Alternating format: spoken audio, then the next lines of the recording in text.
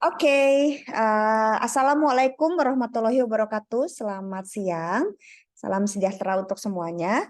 Jadi kita sudah masuk ke minggu keempat ya sekarang ya. Kita masuk ke breaking the bad news. Jadi ini adalah mengabarkan, memberitakan kabar yang buruk ya. Oke, kabar buruk itu seperti apa ya maksudnya? Kabar buruk tuh kayak gimana ya? Kau menerima kabar buruk tuh yang seperti apa misalnya? Menurut kamu gimana?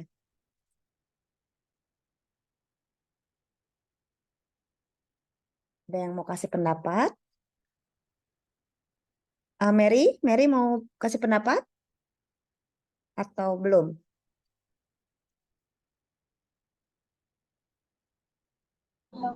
Kabar kabur itu kayak penyakit kronis yang udah stadium lanjut mungkin. Oh, oke, kabar buruk tuh penyakit kronis. Oke, ya betul melibatkan penyakit kronis atau stadium lanjut. Jadi kabar buruk itu adalah sesuatu yang tidak enak saat didengar. Ya, nah, jadi itulah kabar buruk kan kalau ditanya mau, aku punya kabar nih buat kamu, ada yang bagus, ada yang jelek gitu ya. Nah, kamu mau yang mana? Mau yang baik dulu, mau yang jelek dulu? Nah, ya kalau saya sih sering milihnya yang jelek dulu aja lah gitu ya, supaya lebih bisa nyiapin hati gitu kan. Nah, ini adalah cara-cara gimana caranya supaya kita bisa menyampaikan sesuatu tapi dengan bijak ya. Oke, baik. Sebelum kita masuk ke materi, saya mau review dulu ya minggu lalu. Jadi minggu lalu tentang askep paliatif ya. Ada satu pengkajian yang khusus dibuat untuk paliatif. Namanya pengkajian apa? Dari apa tuh? Enggak, Mem. Esas, Mem. ESAS ya, ESAS skill betul ya. Jadi ada ESAS skill. Nah, nilai paling rendah di ESAS berapa dan yang paling tinggi berapa? Ada yang mau jawab?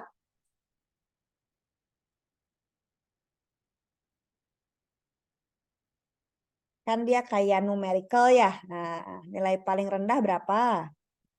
Masih ingat? Bayu yang baru potong rambut ya, saya melihat rambut kamu baru potongannya bagus sekali ya. Ingat Bayu, nilai paling rendah berapa? Paling tinggi berapa? Kalau nggak salah ingat ya, Mem, 0 sampai 10, Mem. 0 sampai 10. Very good ya. Bagus, betul kok. Nggak salah ingat ya. Oke, lalu kita coba ya. Septri. Septri bisa sebutkan nggak salah satunya apa yang dikaji di ESAS? Septri Monalisa, kamu bisa dengar suara saya?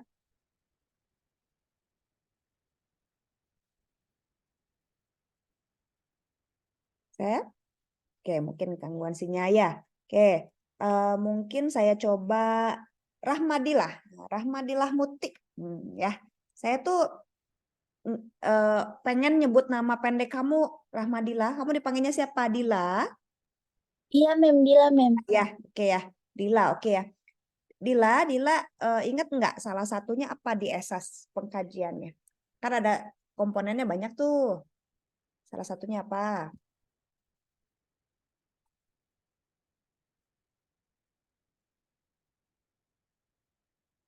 Ingat, kalau belum pas. Kau boleh bilang pas. Nggak usah dijadiin pusing ya. Jangan tertekan. Pas, pas dulu. Pas dulu, Pas Mem. dulu, alright, nggak apa-apa ya. Ada yang ingat, Richard? Apakah kamu ingat salah satunya? Nggak ya. Nggak, dari nonverbalnya geleng-geleng ya. Mungkin saya tebak nggak. Oke, salah satunya adalah nyeri. Pain, ingat? Ya udah gitu apa? Drowsy, ngantuk. Nah, apalagi mual ya. Udah gitu apalagi cemas. Bayu mau ngomong ya? Silakan Bayu. Nah, tadi soalnya open mic. Enggak? Oke ya. Oke, kalau nggak apa-apa. Ya, jadi ada banyak sekali komponen di dalamnya ya. Jadi eh, minggu depan, minggu depan saya akan kasih kuis ya. Kasih kuis mulai dari konsep sampai yang hari ini. Oke? Ya, tentang paliatif ya. Kuisnya nanti kalau bisa saya bukakan Google Form-nya dulu, nanti biar di kelas kita bisa bahas ya. Oke. Kuisnya berhadiah, nanti saya bawa hadiah lah ke kelas ya. Makanya semoga minggu depan kita bisa itu ya, udah mulai pakai di kelas ya. Oke deh, nah daripada bikin kalian tertekan lebih lanjut, kita lanjut lah ya. Lanjut apa yang akan kita pelajari. Oke, hari ini kita belajar pentingnya komunikasi dalam paliatif ya.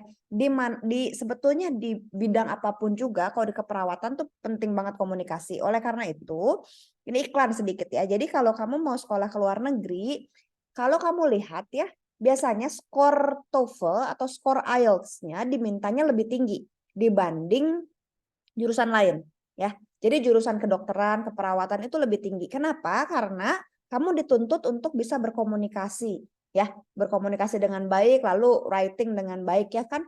Kalau kamu menuliskan laporanmu juga ya harus jelas. Jadi biar orang lain yang melanjutkan shift kamu bisa melanjutkannya ya. Makanya seringkali TOEFL atau nilai IELTS-nya lebih tinggi dibandingkan yang lain ya. Jadi kalau kamu nanti mau ambil S2, jadi siap-siap ya, pelajari dari sekarang, belajar dari sekarang, siapkan diri dari sekarang. Oke, lalu yang kedua adalah kita akan review lagi konsep teori komunikasi. Jadi ini sama Mem Tia, mungkinnya dulu kamu belajar ya. Lalu kunci keterampilannya apa, lalu pendukung dan penghambatnya apa aja sih kira-kira ya.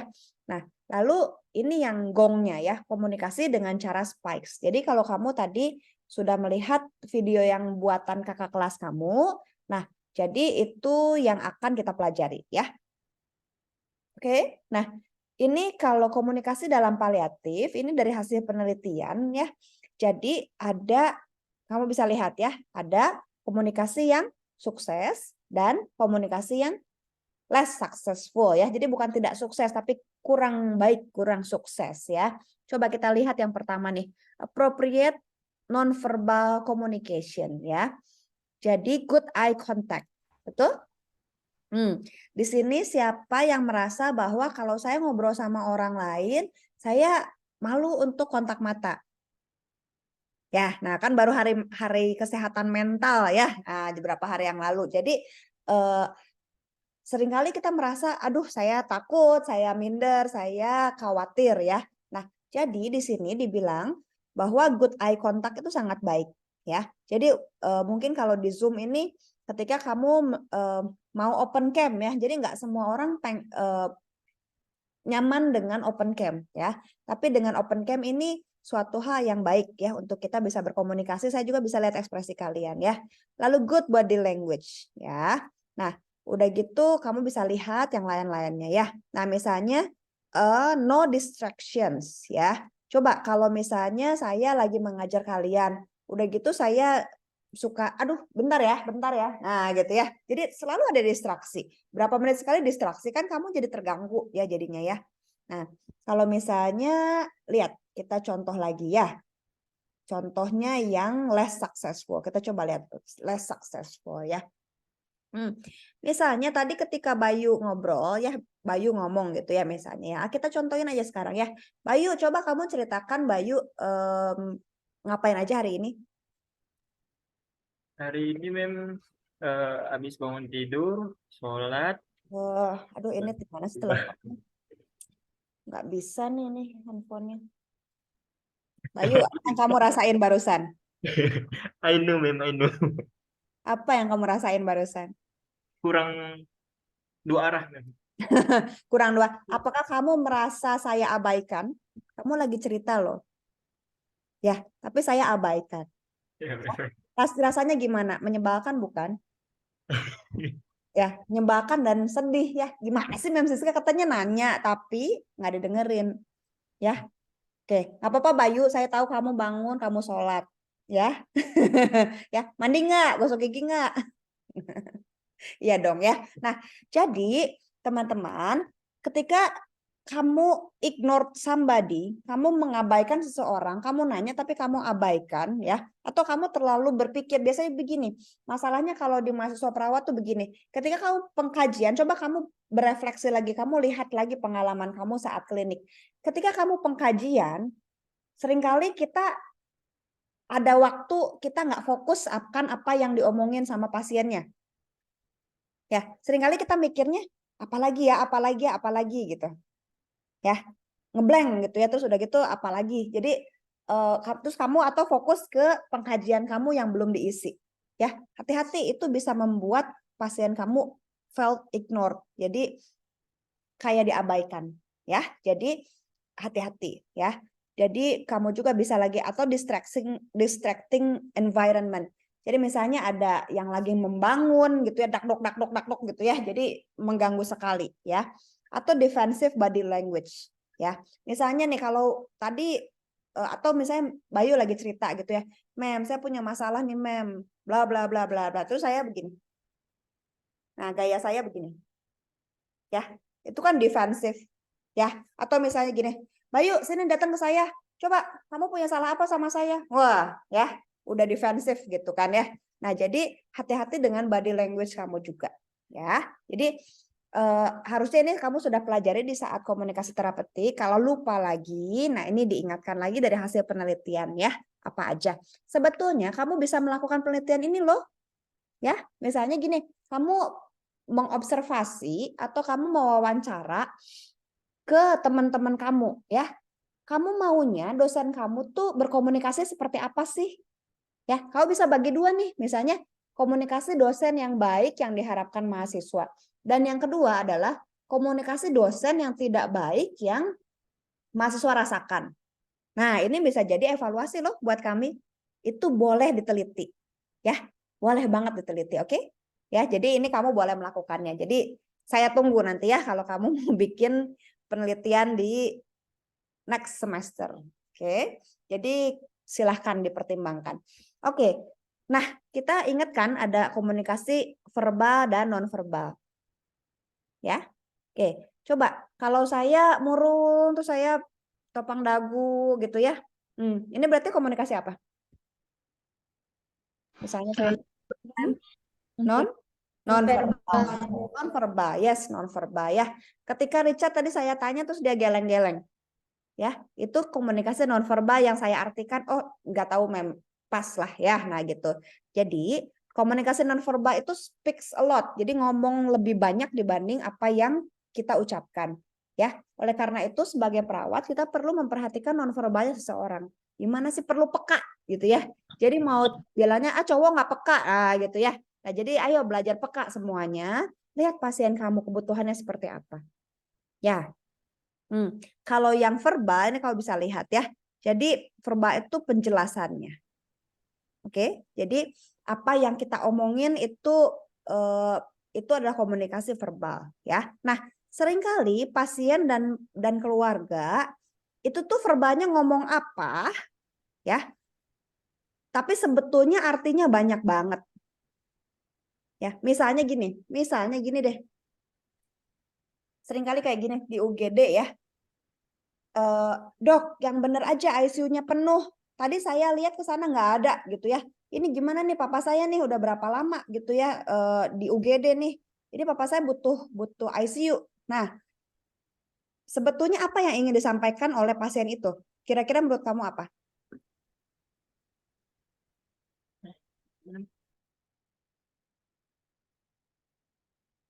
Ada yang mau berpendapat?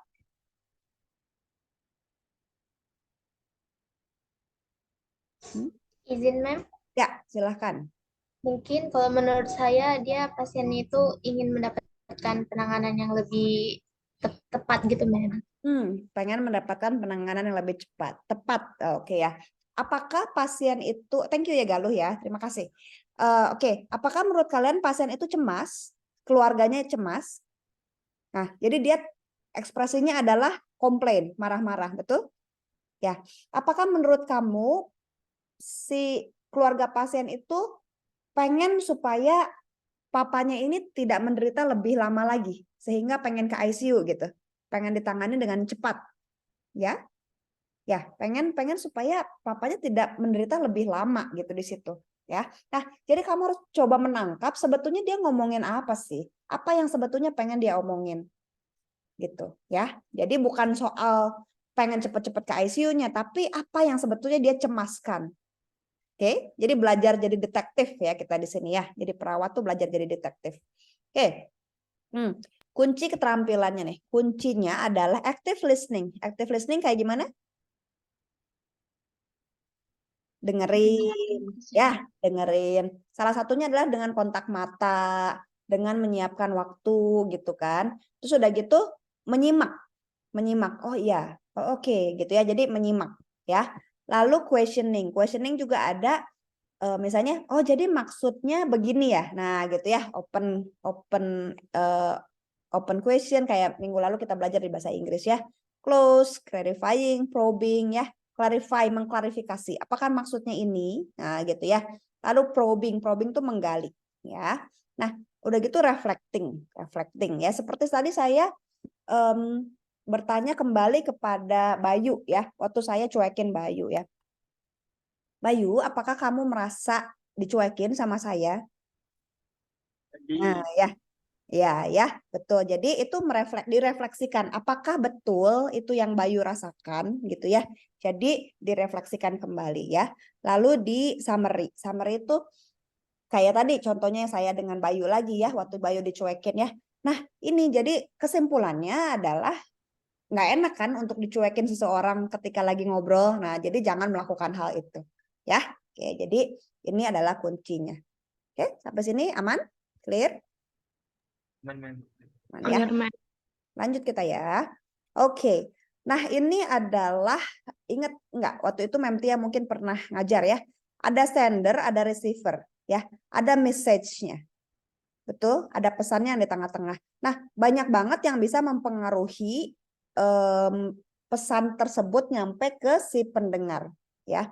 Misalnya ketika emosi deh ya. Emosi ya. Jadi kayak tadi ya yang tadi keluarga pasien yang pengen papanya cepat-cepat masuk ICU gitu kan ya. Kan dia emosi, dia marah gitu kan ya. Nah, jadi pesan yang sesungguhnya mungkin jadi nggak ditangkap gitu. Jadi kesannya adalah yang ditangkap sama para perawat dan dokter, aduh ini ibu ini cerewet banget, hati-hati ya dia banyak komplain. Nah, itu kan. Jadi kesannya seperti itu. Ya, padahal kan dia sangat khawatir. Ya, apa yang bisa kita bantu sebagai perawat untuk bantu kekhawatirannya berkurang? Ya. Oke. Baik, kita next lagi ya. Jadi ada banyak lagi yang lainnya ya. Oh, jargon. Jargon tahu nggak jargon? Tahu? Galuh tahu? Tadi Galuh mengangguk ya.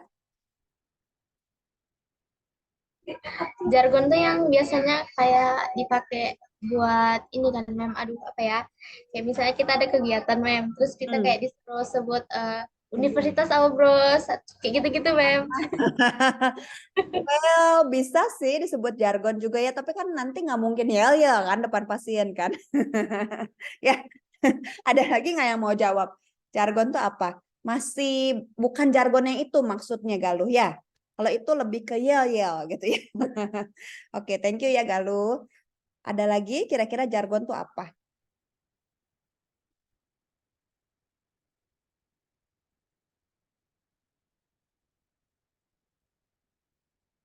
Sina mana nih suaranya?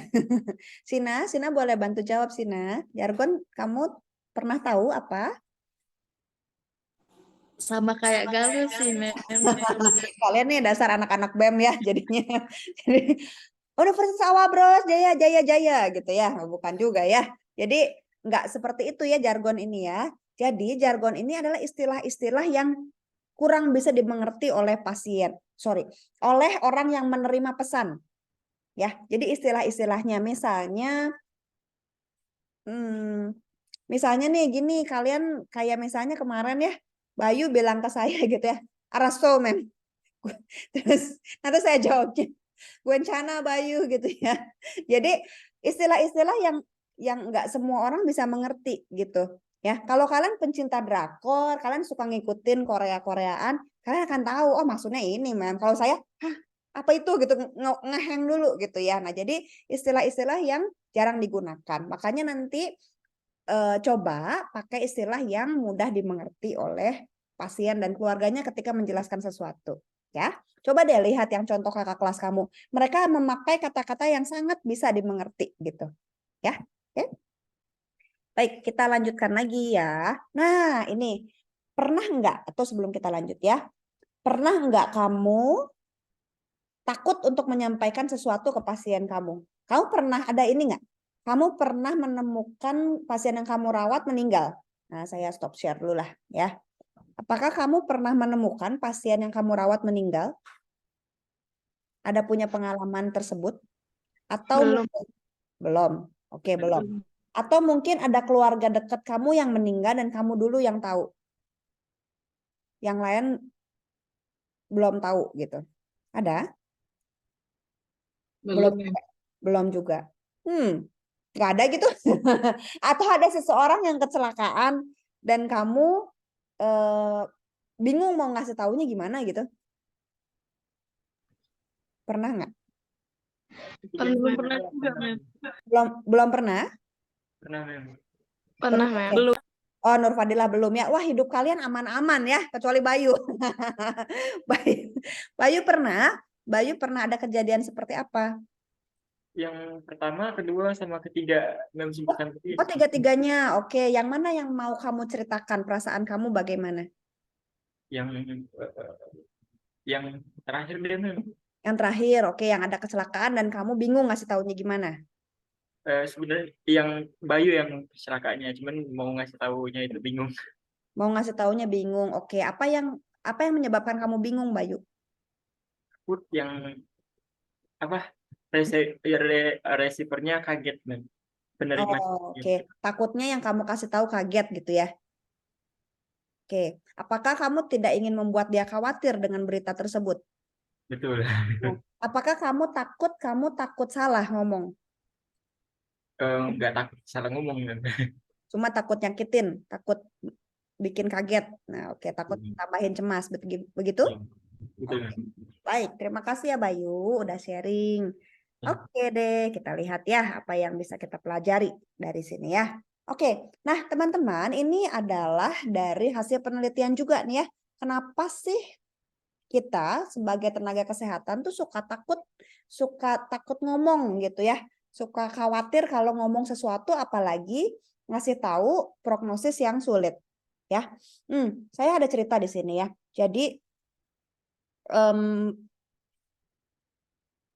saya ada teman ya. Jadi ada teman ya ada teman lah pasti ya. Teman saya mamahnya itu di perutnya ada benjolan ya, dan dia bilang ya sakit-sakit pegel gitulah. Nah, terus kita USG, terus ternyata oh ini CT scan aja kayaknya ada yang nggak beres gitu kan ya. Ternyata hasilnya itu kanker. Ya, hasilnya kanker kolon stadium 3A. Jadi saat itu saya sempat bingung gitu ya. Gimana ya saya ngomong ke teman saya ya gitu. Saya menahan diri gitu untuk nggak ngomong gitu kan. Aduh gimana nih gitu. Terus kan saya maksudnya hasil CT scan-nya keluar kan teman saya kasih tahu nih hasil CT scan-nya kayak gini. Pas saya baca waduh kanker nih gitu ya. Terus saya diem aja gitu ya.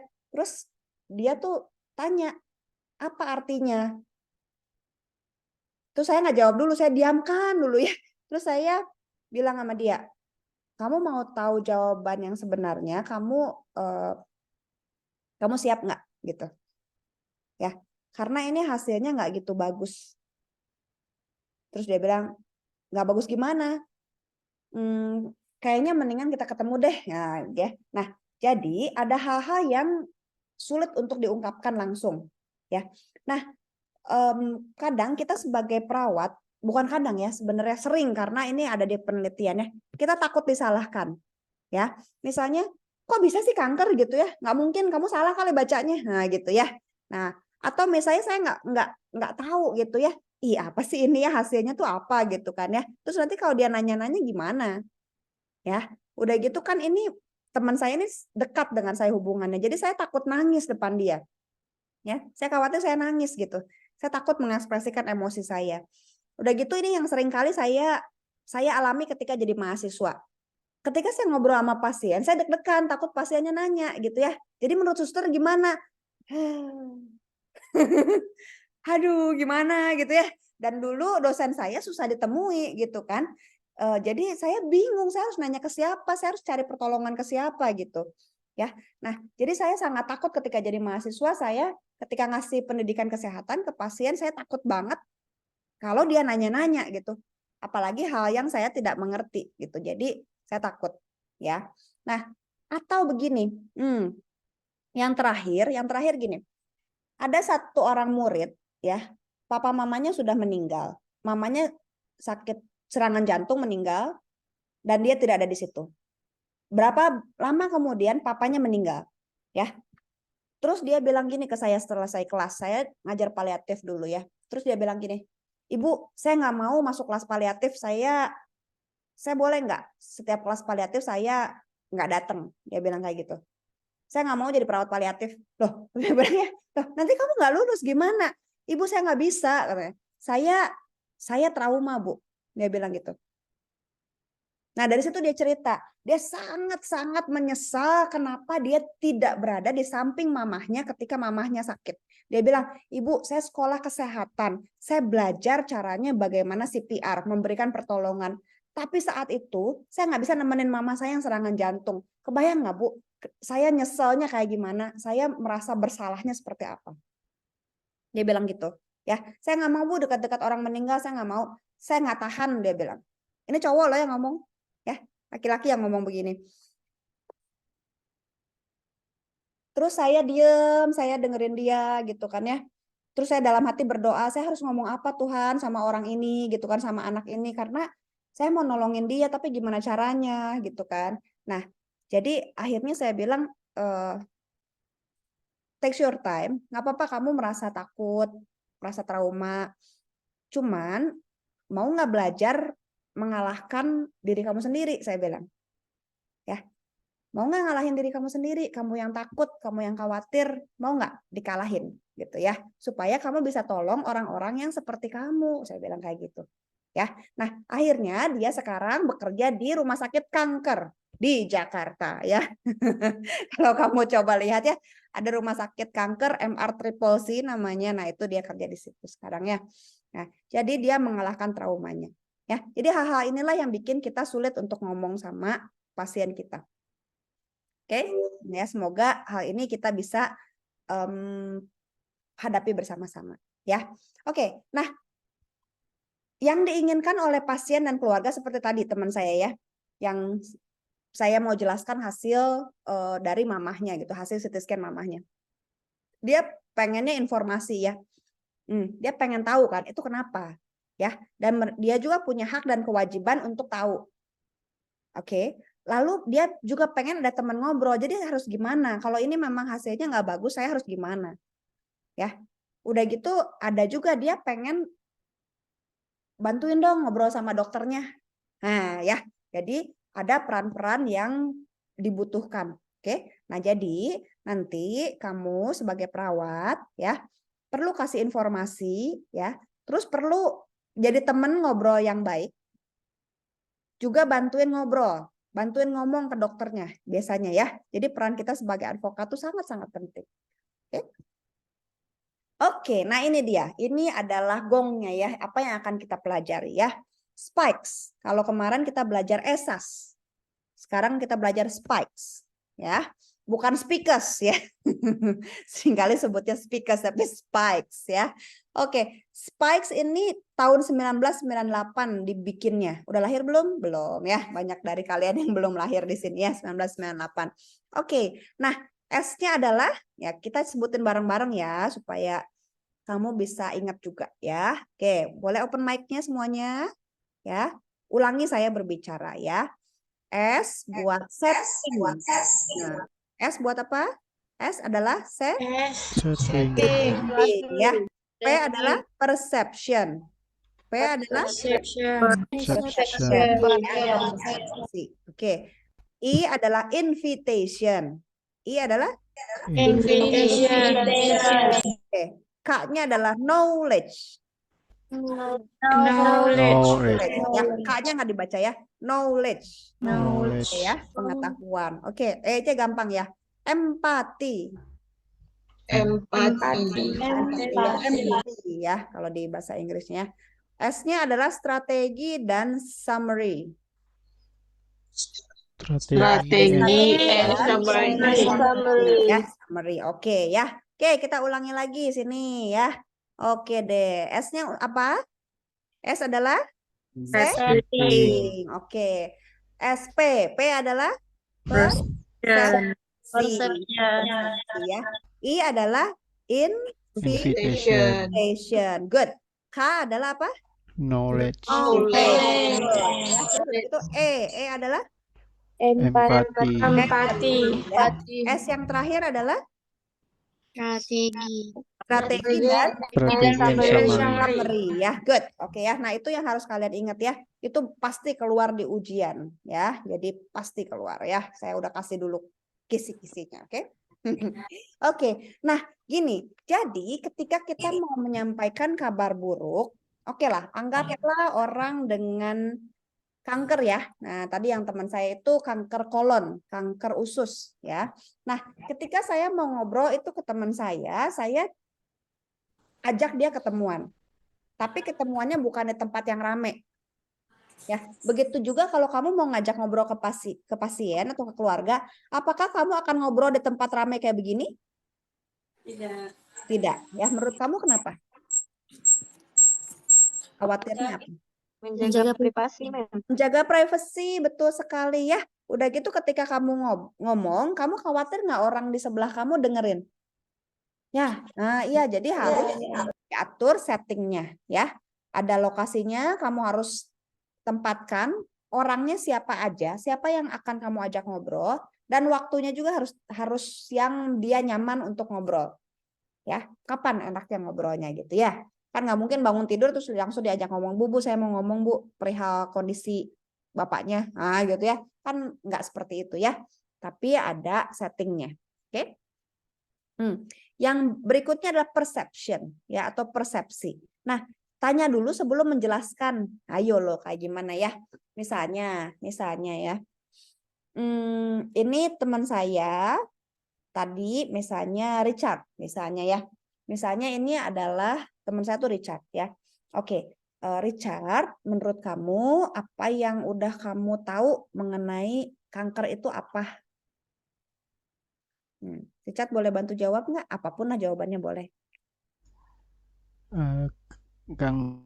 Kanker itu sebuah gumpalan, Mem, atau selnya yang kurang, sel yang melebihi dari kapasitasnya, Mem. Sel yang melebihi kapasitasnya ya, atau gumpalan. Oke. Nah, jadi kita perlu tahu sebetulnya persepsi orang itu apa. Kamu tahu nggak kanker itu apa ya? Oke. Menurut Richard, kanker itu mematikan atau tidak? Bisa jadi, Mem. Bisa jadi. Oke ya. Baik, terima kasih ya Richard ya sudah bantu kita buat ngobrol ya. Oke. Nah, jadi kita perlu tanya ke pasiennya ya. Kita perlu tanya gimana pendapat kamu tentang ya, menurut kamu udah tahu belum? Gitu ya. Oke. Jadi kita perlu mengkaji dulu dia sejauh mana taunya, atau misalnya kamu sudah dijelaskan oleh dokter. Nah, sejauh mana yang kamu pahami tentang apa kata dokternya? Itu juga boleh. Ya. Oke. Lalu bisa juga ditanya ya, aduh apa nanti mama saya bakal mati nggak ya? Ah, itu kan ketakutan dia. Ya. Oh, oke, kamu khawatir mami kamu meninggal. Terus harapan kamu apa? Aduh, aku mau deh disembuhin mama saya. Gimana caranya ya? Dioperasi atau gimana ya? Nah, kan ada harapan-harapan yang dia kemukakan. Oke? Lanjut ya. Nah, kita harus lihat, hati-hati kita kasih tahu ke pasien ya. Jadi, kalau saya bercermin di pengalaman saya dulu ya, ketika saya baru lulus S1, rasanya tahu segalanya.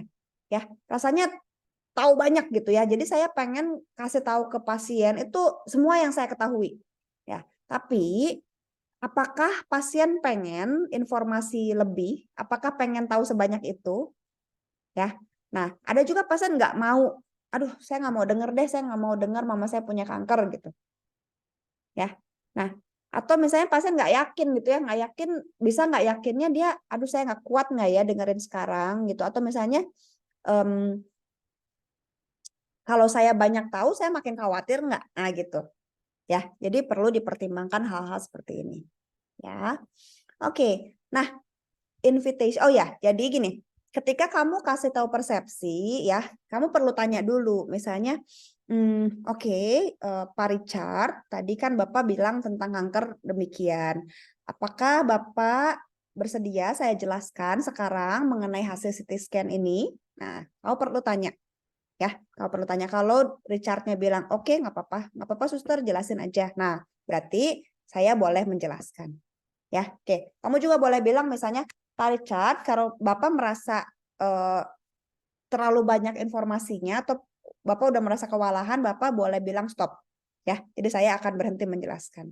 Oke. Nah, jadi itu perlu sekali untuk kita ngobrol sama pasiennya seperti itu ya. Pasien dan keluarga. Oke, nah invitation, kita ke invitation ya. Nah, invitation ini dia dekat-dekat sama persepsi kan ya. Nah, jadi sejauh mana Anda sudah tahu, sejauh mana ingin tahu, sejauh mana orang lain tahu ya. Jadi misalnya tanya lagi, misalnya pengen dijelasinnya sama siapa ya. Misalnya Pak Richard, Bapak ada lagi nggak anggota keluarga lain yang mau ikut dengerin? Nah, jadi boleh siapa lagi yang pengen dijelaskan. Ya. Nah, terus udah gitu misalnya dijelaskan mengenai sebelum dijelaskan mengenai kanker. Nah, Pak Richard pengen tahu apa saja sih? Nah, ya, jadi apalagi yang ingin diketahui. Oke. Bisa lanjut? Kita lanjut di sini ya. Alright. Nah, kita ke knowledge ya. Nah, jadi di knowledge ini kamu misalnya sebagai perawat bisa bawa hasil pemeriksaannya ya. Oke Pak Richard, ini hasil CT scan. Ya, hasil CT scan yang Bapak konsultasikan. Jadi di sini ada benjolan sebesar bagaimana. Ya, dan ini sudah masuk ke tulang belakang. Ya, bahasa medisnya adalah metastase. Nah, metastase itu adalah jargon. Ya, adalah istilah yang tidak semua orang tahu. Oke, jadi kamu perlu jelaskan. Ya. Oke, sampai sini Pak, Bapak bisa paham? Mau lanjut? Nah, jadi kamu butuh berikan pasiennya waktu untuk dia mencerna. Ya, karena seringkali begini, ketika seorang pasien atau keluarganya dibilangin, oh ini mama kamu kena kanker, langsung mikirnya kanker sama dengan meninggal. Terus udah gitu nggak tahu lagi dokternya ngomong apa gitu. Dokternya ngomong panjang lebar bla bla bla. Aduh, saya nggak bisa dengar lagi, saya stres gitu ya, terlalu stres mendengarnya. Jadi cuman ingatnya kanker, meninggal, udah gitu operasi. Udah cuman sejauh itu ya. Nah, makanya perawat seringkali menjadi penerjemahnya dokter, menjadi translatornya. Dokter yang ngomong sedikit atau banyak tapi nggak bisa didengerin dengan baik gitu ya karena terlalu stres. Banyak sekali pasien dan keluarga pasien yang datang ke perawat. Ya, suster tadi maksudnya apa sih? Saya nggak ngerti. Gimana sih sus? Boleh jelasin ulang nggak? Nah itu ya, makanya kita sebagai perawat perlu untuk tahu kondisi pasien, perlu tahu juga terapinya apa aja. Jadi harus kerjasama dengan dokter dengan baik. Ya, ada loh kakak kalian Kak Onita yang meneliti tentang Breaking the Bad News ini, ya, dan sangat bagus, hasilnya sangat bagus ya. Oke, nah. Oke, nah kita lanjut ya, kita empati. Empati adalah meresponi emosi pasien, ya. Misalnya, ketika Richard mendengar bahwa ini kanker dan memang tidak bisa disembuhkan, sekalipun operasi, tapi kankernya karena sudah menyebar kemana-mana, jadi sulit sekali untuk disembuhkan, ya. Lalu misalnya Richard nunduk dan biarpun dia laki-laki yang kuat selama ini ya, Richard nangis, netesin air mata. Ya, terus saya sebagai perawat, saya pegang bahunya Richard tanpa ngomong apa-apa, terus saya kasih tisu. Ya, nah itu adalah perlakuan empati. Ya, atau misalnya diomongin, dibicarakan, misalnya di komunikasi verbalnya, Richard tampak sedih sekali. Pak Richard tampak sangat sedih dengar berita ini. Boleh tahu Pak, perasaan Bapak bagaimana? Nah, itu juga boleh ya. Jadi itu juga berupa empati. Ya. Oke, ada singkatannya ya. Ada nurse. Nah, ada kenali emosi, ada pahami, ada hargai ya. Lalu berikan support, berikan dukungan dan juga gali emosi. Ya, ini adalah cara-cara kita melakukan empati. Oke. Lanjut ya. Nah, ini strategi and summary. Strategi dan summary adalah bagaimana strategi kita, bagaimana apa yang akan kita lakukan. Misalnya, Pak Richard, kita sudah bicarakan mengenai hasil CT scan-nya seperti apa, ya, dan kemungkinan ini perlu dilakukan operasi dan lanjutnya kemoterapi. Nah, Bapak mau bicarakan hal ini kira-kira kapan? Ya, misalnya nanti aja suster saya perlu ngobrol dulu deh sama keluarga saya. Oke, nanti Bapak boleh kontak saya lagi atau kontak tim kami untuk kita ngomongin intervensi apa yang bisa dilakukan. Ya, nah ini adalah strategi and summary. Oke, lalu bisa di summary-nya adalah Pak Richard, kita sudah membicarakan tentang hasil CT scan-nya, lalu kemungkinan-kemungkinan yang bisa kita lakukan untuk bisa bantu ibu tetap bisa menjalani hidupnya dengan baik. Ya, jadi disimpulkan, lalu apa yang akan kita lakukan selanjutnya. Oke, kayak yang gampang ya? Seperti yang gampang ya. Oke, ini ada dalam bahasa Inggris ya, ada contoh-contohnya juga ya. Contoh-contoh dialognya seperti apa. Nah, kamu bisa baca nanti ya. Oke. Alright, ada yang ingin ditanyakan sebelum kita lanjut ke sini?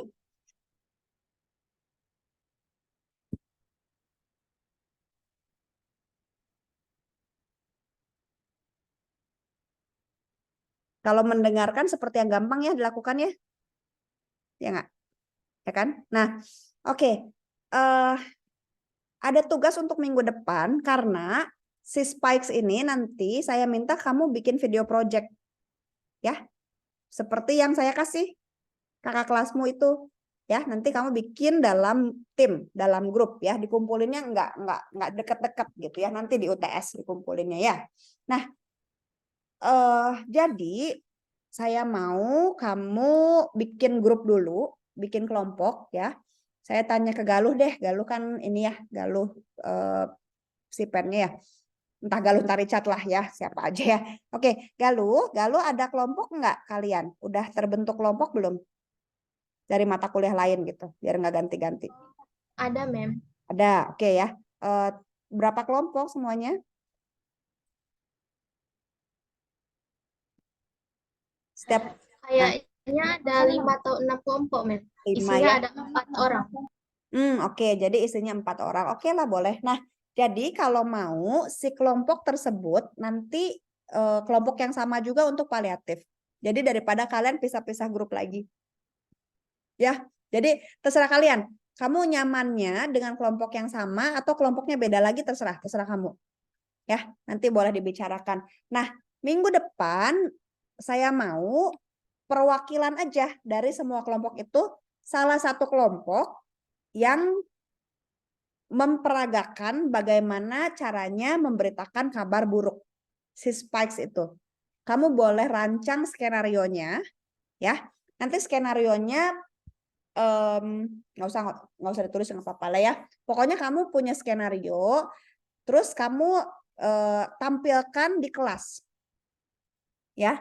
Oke. Nah, minggu depan kita akan perbaiki. Saya akan evaluasi cara kamu menyampaikan, ya, dan dibenerin gimana caranya supaya kalau ada yang masih salah dibenerin, ya. Kalau udah bagus ya udah, berarti oke, ini contoh yang bagus, ya. Oke, Galuh ya. Jadi minggu depan ada tugas ya. Oke. Jadi nggak usah semuanya, cukup satu kelompok aja.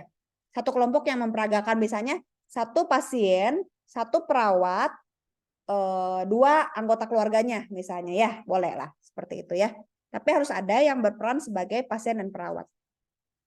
Oke, paham? Ya. Oke. Kalau tidak ada yang bertanya kita lanjutkan ya. Mem, izin bertanya, Mem, Yes, boleh, Mem? boleh Sina, silahkan.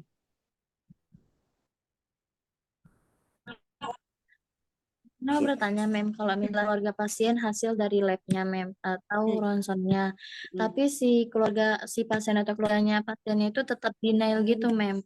Jadi kita memberikan waktu kepada pasien dan keluarganya, atau kita hanya sekedar memberikan informasi hasil gitu aja, Mem? Makasih, Mem. Oke. Jadi kalau masih denial misalnya nggak mungkin nih ada kanker gitu. Oke. Iya, Mem. Oke, itu pertanyaan yang bagus ya. Kalau masih denial, apa yang harus kita lakukan? Gini, kamu boleh tanya sebetulnya ya. Oke, kalau menurut misalnya tadi dijelasin sama Richard ya, udah gitu Sina sebagai istrinya Richard gitu ya. Nggak mungkin nih, nggak mungkin mama ada kanker nih, nggak mungkin gitu. Kamu gimana sih Mas Richard, kok diem-diem aja misalnya kayak gitu ya. Nah, saya sebagai perawat, saya boleh ngobrol sama Sina. Misalnya, oke Ibu Sina, menurut Ibu tidak mungkinnya di mana? Ya, jadi digali lagi, tanyain lagi, ya kan dia bilang nggak mungkin. Oke, kalau gitu tidak mungkinnya di mana? Ya, apa yang menyebabkan Ibu Sina bilang tidak mungkin? Nggak mungkin, suster. Mama saya tuh baik-baik aja. Mama saya tuh nggak pernah macem-macem. Makanannya sehat terus. Nggak mungkin. Misalnya kayak gitu kan masih denial kan? Baik, Ibu, betul. Memang kita juga nggak mengharapkan hal-hal ini terjadi. Kamu bisa bilang seperti itu ya. Jadi kamu berada di sisinya dia, ya. Betul, Bu. Saya juga nggak mengharapkan bahwa hal ini akan terjadi. Ya, tapi kamu kasih lihat faktanya lagi. Tapi hasil CT scan-nya menunjukkan demikian. Gitu, ya. Dan kasih pasien dan keluarganya waktu. Oke, jangan cepet-cepet diomongin, ini Bu hasil CT scan-nya bla bla bla. Kamu batasin tempo kamu untuk berbicara, ya. Dan lihat dulu ekspresi mereka. Oke, nah kalau misalnya bilang, gak mungkin suster, saya nggak percaya. Masih denial juga, nggak mau. Baik, Ibu tidak apa-apa. Kalau misalnya Ibu merasa bahwa ini tidak mungkin, tidak apa-apa. Kira-kira Ibu dan keluarga mau ambil jalan apa? Mau ambil keputusan seperti apa kalau boleh saya tahu? Gitu, ditanyain lagi. Jadi kalau misalnya tetap nggak percaya, oke, kalau gitu kamu sama keluarga mau ambil keputusan apa? Ya. Nah, kalau misalnya si keluarganya bilang, si Ibu Sina yang ngotot ini bilang, aduh saya mau second opinion deh, suster, saya mau ke Johor, saya mau cari dokter yang bagus di sana atau ke Singapura deh, gitu ya, di sana di rumah sakit yang bagus gitu kan ya. Oke, nggak apa-apa Bu, boleh nanti kami bantu bikin surat rujukan, gitu.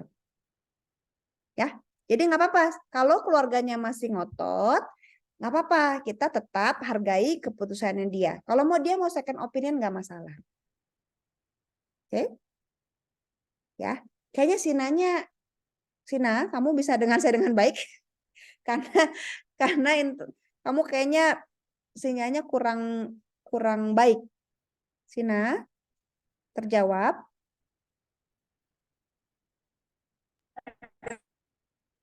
Oke. Dengar.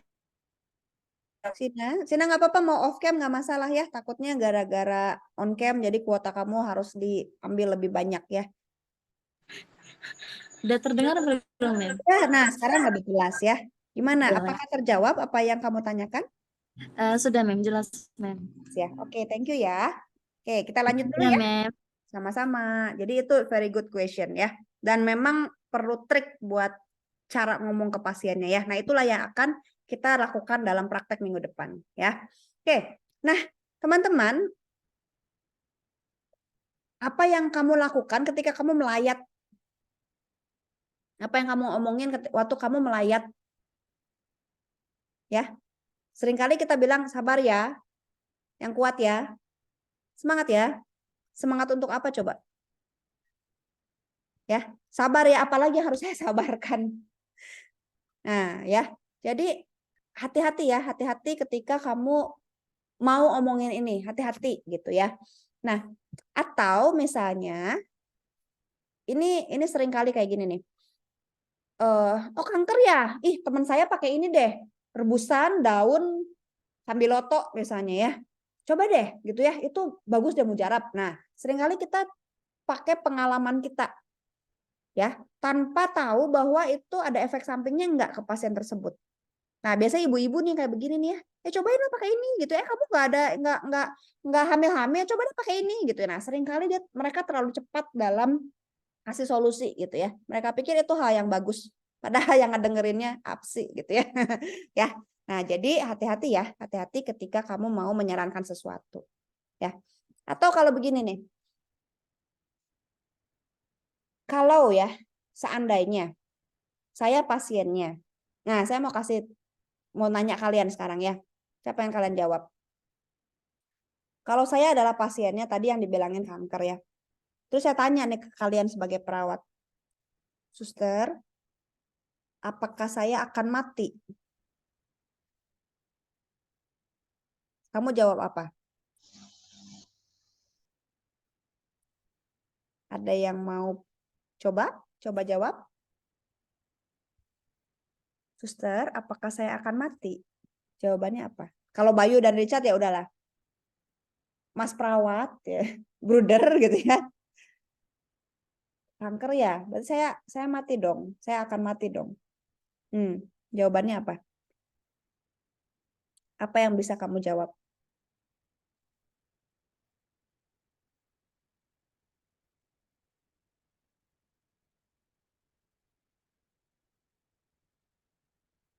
Puja, Puja Sela. Nah, kayaknya kamu duluan deh ya. Nah, gimana Puja? Kamu kira-kira mau jawab apa?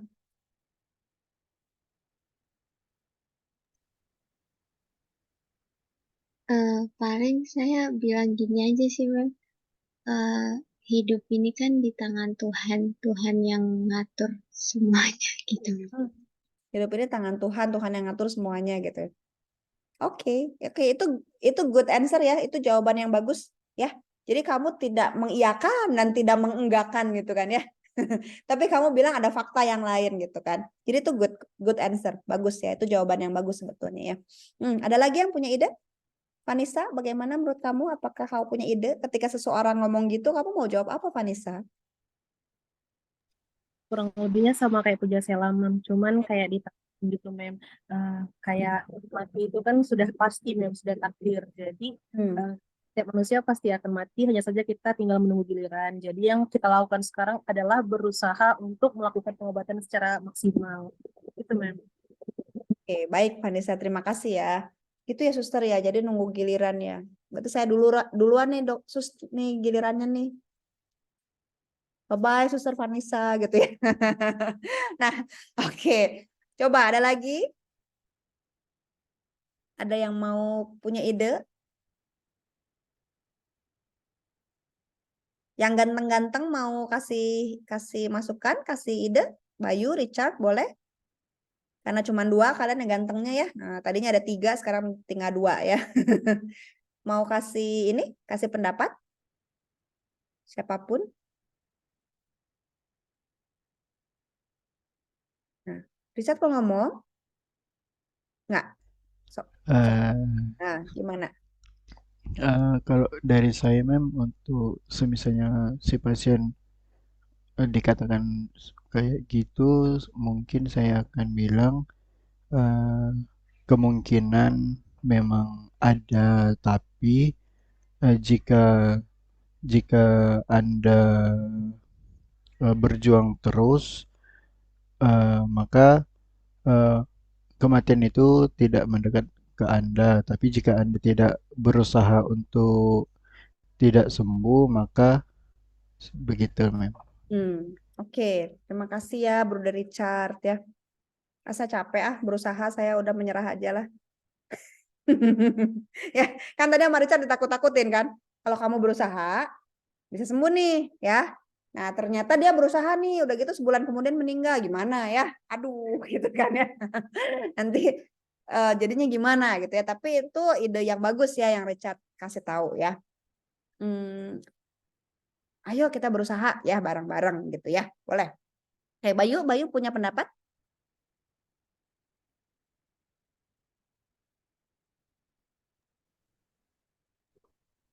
Belum, Mem. Belum, nggak apa-apa ya. Ada lagi? Ada lagi dari teman-teman yang cantik-cantik? Ada yang mau berpendapat? Pernah nggak kamu nemuin ditanyain pasien begitu? Belum? Ada yang sudah pernah? Belum. Belum. Tadilah belum pernah. Iya. Oke ya. Baik. Nah, saya ditanyain hal ini sama laki-laki usia 21 tahun dengan kanker testis yang menyebar ke paru-parunya. Paru-parunya dari 2 lobus paru yang besar itu tinggal seperempatnya, tinggal segini aja gedenya. Kamu tahu non-rebreathing mask kan? Masker oksigen yang ada sungkupnya kan, yang ada kantongnya. Nah, ketika pasien yang lain kalau dikasih non-rebreathing mask itu mereka nggak nyaman, mereka pasti pengen lepas-lepasin gitu kan ya. Tapi pasien ini saat itu dia masuk ICU, dia dengan sesek banget, udah mulai sianosis, dia tuh non-rebreathing masknya sampai dia isepnya kayak ngisep sesuatu yang sangat dia pengen gitu, kayak benar-benar ditarik napasnya, ditarik banget gitu ya. Jadi maskernya benar-benar dia pegangin terus diisep gitu ya. Jadi benar-benar kayak hunger for air gitu ya, kayak ikan yang mau meninggal gitu ya. Nah, saya lagi pasang monitornya gitu kan sambil ngelihat dia, aduh kondisinya kok begini amat, sesak napas ya. Terus tiba-tiba dia pegang tangan saya. Si pasien itu pegang tangan saya, terus dia tanya, suster saya bakal mati nggak? Di situ saya speechless, saya nggak tahu mau ngomong apa. Dalam hati saya bilang, pasti meninggal lah Pak, Bapak udah sesak begini gitu ya. Cuma kan nggak mungkin saya omongin di situ kan, udah pasti bentar lagi gitu kan ya. Nah saya nggak bisa ngomong itu teman-teman. Saya benar-benar nggak tahu apa yang harus saya omongin. Dalam hati saya bilang pasti gitu ya, tapi kan nggak bisa diomongin kayak gitu kan ke pasiennya kan. Terus saya nggak bilang apa-apa. Saya cuma bilang, napas ya Pak, napas terus. Ya, saya cuma bilang itu aja sama dia. 2 jam kemudian dia meninggal. Dia hanya 2 jam di ICU. Meninggal dengan kondisi biru semua, sianosis. Itu kejadian itu sangat mengguncang hati saya sebagai perawat. Jadi betul-betul traumatic event gitu ya. Itu ketika saya mau pulang dinas, itu jam 2 siang. Bengong aja saya sampai sore, sampai rumah kepikiran gitu ya. Terus sampai kepikiran terus, saya harus ngomongin apa. Nah, makanya saya sharingkan ini sama kalian. Kalau kalian sebagai perawat, kamu harus ngomong apa? Ya, nih, ini yang tadi Vanessa ngomongin nih. Semua orang akan mati, betul? Ya, cuma ada gilirannya ya. Nah, jadi hati-hati. Sebetulnya apakah ini sangat tidak boleh diucapkan, haram gitu untuk dibicarakan? Ya enggak juga sih ya. Kalau udah keomongin ya sudah gitu kan. Tapi hindari terlalu cepat. Mem, jadi gimana dong cara ngomongnya? Nih ya. Jadi, nah, kamu bisa tanyanya begini. Salah satu tipsnya adalah begini. Apa yang ibu takutkan tentang kematian? Ya, tanya balik. Ya. Apa yang bikin ibu berpikir seperti itu? Dengerin dia. Dia mikirin apa sih sebetulnya? Apa yang ditakutkan? Ya. Sebagian besar pasien akan bilang dia takut, ini dari pengalaman ya. Dia takut ketika harus meninggalkan anaknya, suaminya. Pokoknya dia takut orang yang ditinggalinnya nanti kenapa-kenapa gitu. Ya, bukan karena dianya yang menghadap Tuhan, bukan. Tapi karena orang yang ditinggalin gimana gitu. Nah, jadi kamu bisa tanyakan seperti itu. Apa yang ibu takutkan tentang kematian? Ya, jadi boleh ditanyakan seperti itu. Ditanya balik, tanya balik. Ya, nah jadi ini adalah beberapa hal yang bisa dikatakan. Misalnya, ibu boleh bilang ke saya nggak, Bu Siska? Bu Siska kan tadi bilang gitu ya. Nah, apa sih yang ibu takutkan sebetulnya tentang kematian? Nah, kau boleh tanya. Ya, ibu boleh kasih tahu saya nggak? Apa yang bisa bikin ibu lebih tenang hatinya? Gitu ya. Ibu pengen sendirian atau ditemani sekarang? Kalau ditemenin, ibu mau ditemenin sama siapa? Nah, ya, gitu ya. Nah, jadi bisa seperti itu. Nah, beritahu apa yang ingin dibawa dan kapan perlu pergi. Nah, misalnya ketika dia mau pulang, ketika dia memutuskan untuk, kan banyak ya pasien yang bilang, suster kami mau bawa aja lah mama ke rumah biar meninggalnya ditemani sama kita. Nah, gitu ya. Oke, jadi kamu juga boleh kasih kesempatan seperti itu. Kalau memang mereka mau kumpul di rumah. Kamu bisa ngobrol sama dokter, dok ini permintaan keluarga demikian. Ya, diomongin sama tim. Oke? Ya, jadi semoga kamu nggak takut lagi ketika pasien nanya ke kamu ya, suster apakah saya bakal mati gitu ya. Tanya balik aja. Ya, apa yang bikin bapak atau ibu mikir seperti itu. Ya, jadi nggak usah dijawab sebetulnya, tapi ditanyain lagi. Terus baru kita bantuin. Jadi apa yang bisa saya bantu? Ya, nanti tawarin bantuan. Oke? Jadi perawat yang menawarkan bantuan bukan yang menggurui. Oke? Oke, nah ini. Jadi ketika kamu menyampaikan kabar buruk itu tuh nggak butuh waktu lama dan nggak semuanya harus disampaikan di satu pertemuan. Ya, jadi boleh bertahap. Boleh banget bertahap. Ya. Alright, ini referensinya. Ada yang ingin ditanyakan sebelum kita pindah ke English for Nursing?